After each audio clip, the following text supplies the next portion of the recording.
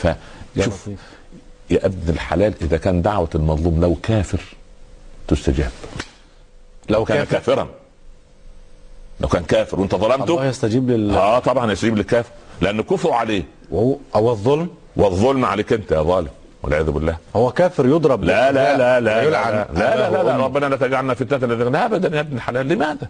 لانه هو كافر. بالعكس، احنا لابد ان يقتل ويشرد ويتقطع ايديه لا لا لا اذا حاربنا او قاتلنا او احتل ارضنا او شوش علينا هكذا يجب ان نقاتله. واذا لم يفعل هو مؤمن عندنا ومؤمن معنا، ويجب أن نحسن إليه وأن نبش في وجهه وأن نقترب منه وأن نصله وأن لا نظلمه وأن لا ونترك له هذه الأموال ومحلات الذهب وتلك أنت تدخل في سياسة التحليل ولا لا لا لا لا لا لا لا. شوف، السرقة من أحمد زي السرقة من صليب أو من جون.